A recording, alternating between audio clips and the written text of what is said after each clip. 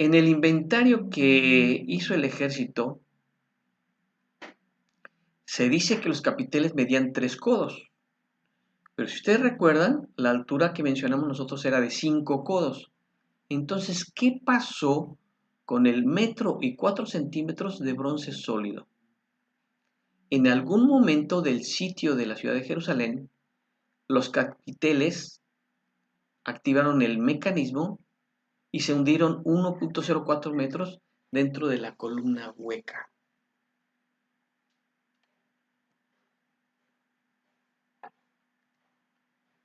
El capitel, este capitel, una vez que se iba introduciendo en la columna hueca, es la fuerza que se aplicó en el extremo de la palanca, de una palanca, pero de esto que vamos a nosotros referirnos es un sistema de palanca inversa, ya que normalmente todos nosotros usamos palancas, una palanca larga, para intentar levantar un gran peso y el punto de apoyo, en este caso, al revés, esta es una palanca inversa, pero el punto de apoyo, si quisiéramos nosotros levantar algo pesado, pues quedaría cerca del objeto pesado. Con una barra se ha establecido matemáticamente que con una barra de 68 codos se puede levantar un ascensor, un elevador, en el otro extremo. Las 4 piedras clave que nosotros hemos estado hablando, importantes, son marcas, para lo que se requirió que 4 sacerdotes se pararan sobre ellas en un momento del sitio de la ciudad de Jerusalén, ya que estas son cerraduras. Existía además un sistema de descarga regulada para reducir la velocidad del mecanismo.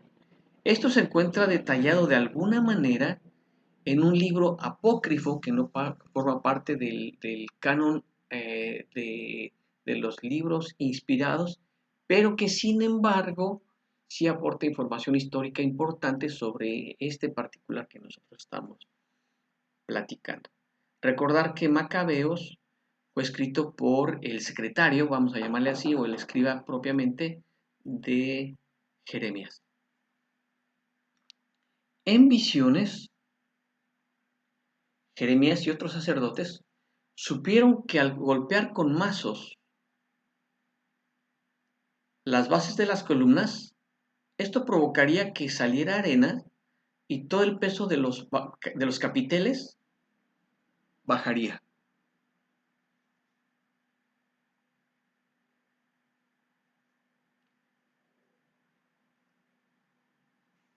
El capitel, que aquí se muestra en una posición arriba, pero en realidad debería estar ya prácticamente aquí, perdiendo más de 1 metro.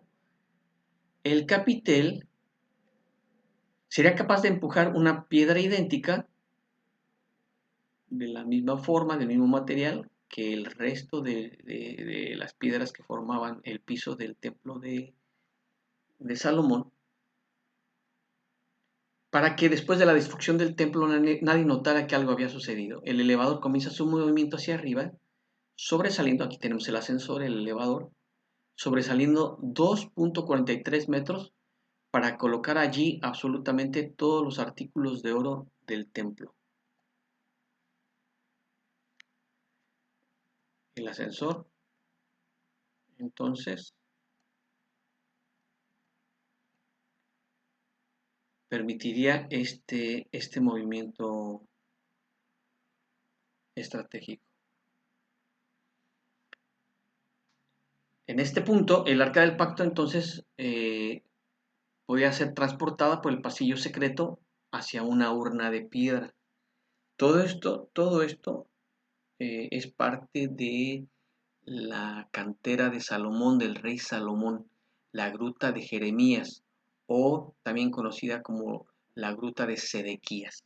Esos 3 nombres identifican al mismo sistema de túneles que se encuentran por debajo del, del monte del templo y que llegan inclusive hasta más allá de lo que normalmente era el muro de la ciudad de Jerusalén. En este pasadizo subterráneo se pudo, como mencionábamos, reemplazar las piedras clave, estas cuatro, que finalmente no permitirían que se sospechara absolutamente nada una vez que los enemigos irrumpieran en el lugar santísimo. Jeremías escondió el arca y otros artículos en una cueva donde Salomón había dispuesto una urna 500 años antes. Los artículos fueron llevados por Jeremías y fueron escondidos en una cueva, pero Jeremías se dio cuenta que uno de los sacerdotes comenzó a marcar el camino hacia el arca. Él lo reprendió y dijo que el arca debía permanecer en este escondite hasta que el Señor Dios la revelara en los últimos días y su gloria sea vista sobre el asiento de la misericordia, como en los días de Moisés y Salomón. Este comentario en realidad no tomaba, esto es extraído del libro de Macabeos, no tomaba en consideración el comentario el cambio en el sistema de sacrificios del templo debido a la llegada del Mesías, nuestro amado Señor Jesucristo. La cueva tiene varios nombres, como ya lo hemos mencionado. Esto es, desde la parte posterior del lugar santísimo, se logró llegar por este escondite hasta una urna de piedra por afuera del muro norte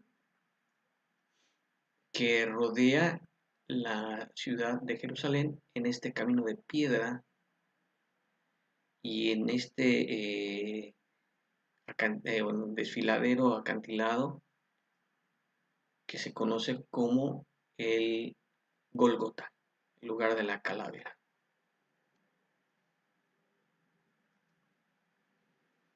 En 1854, el norteamericano James Turney Barkley descubrió esta cueva, este sistema de cuevas, todo esto. Y posteriormente se encontró un querubín grabado, este es el querubín, el cual se desprendió con cincel y se encuentra actualmente en el Museo de Fondo de Exploración Palestina en Londres. Macabeos 2:4-8 dice, en ese documento también se narra que el profeta Jeremías, obedeciendo una orden de Dios, tomó la carpa comunitaria y el cofre del pacto y se dirigió al cerro desde el cual Moisés vio la tierra prometida. En una cueva en ese cerro, Jeremías escondió la carpa comunitaria, el cofre del pacto y el altar donde se quemaba el incienso. Después tapó la entrada con piedras. Se dice que algunos de los que acompañaban a Jeremías regresaron para poner marcas en el camino hacia la cueva, pero ya no lo pudieron encontrar.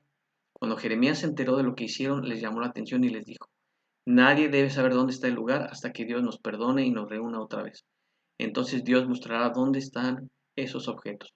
Cuando eso ocurra, Dios manifestará su gloria por medio de la nube, tal como lo hizo en los días de Moisés y en los días en que Salomón consagró el templo a Dios. Esta es la lectura textual de Segunda de Macabeos 2, versículos 4 al 8. Los caldeos quebraron las columnas de bronce que estaban en la casa de Jehová y las bases, y el mar de bronce que se encontraba en la casa de Jehová, o el lavacro, y llevaron todo el bronce a Babilonia. En cuanto a las columnas, la altura de cada columna era de 18 codos y un cordón de 12 codos la rodeaba, y su espesor era de 4 dedos, y eran huecas. Y el capitel de bronce que había sobre ellas era de una altura de 5 codos. De 3 que habían registrado los enemigos en un primer momento, ahora nuevamente hay una corrección y vuelven los capiteles a los 5 codos originales. Esto se encuentra en la lectura de Jeremías 52, versículos 17, el 21 y la primera parte del versículo 22. Ahora encontramos la relación de lo que hemos estado hablando en esta charla. En este escarpado del Gólgota es que después de haber excavado por aproximadamente 11 metros con 40 centímetros, Ron Wyatt llega al punto en donde se encontraba el orificio que apoyaba la cruz de Jesucristo.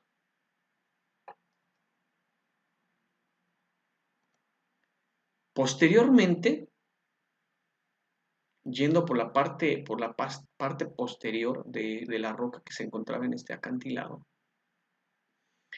llega un sistema de cuevas, un proyecto totalmente independiente, pero que le hace llegar a lo que prácticamente es el descubrimiento del lugar en donde se encontraba la urna que Salomón había preparado fuera del muro, fuera del muro de la ciudad de Jerusalén, fuera de la puerta norte del muro en la ciudad de Jerusalén, encuentra la urna de piedra o la caja de piedra en donde se encontraba el arca del pacto. Allí es que él puede descubrir cómo, después de que ocurrió el, el terremoto que narran las escrituras, y después de ser perforado el costado con la lanza del soldado romano, la sangre de Jesucristo cae de manera perfecta sobre el propiciatorio, en un lugar el cual no estaba estipulado normalmente para depositar la ofrenda de sangre. Es decir, siempre al sumo sacerdote una vez al año, en el día de la expiación, se le ordenaba que la sangre de animales cayera sobre el lado derecho. Sin embargo, durante la crucifixión de nuestro amado Señor Jesucristo, la sangre fue depositada de manera divina en el lado izquierdo del trono de Dios en la tierra.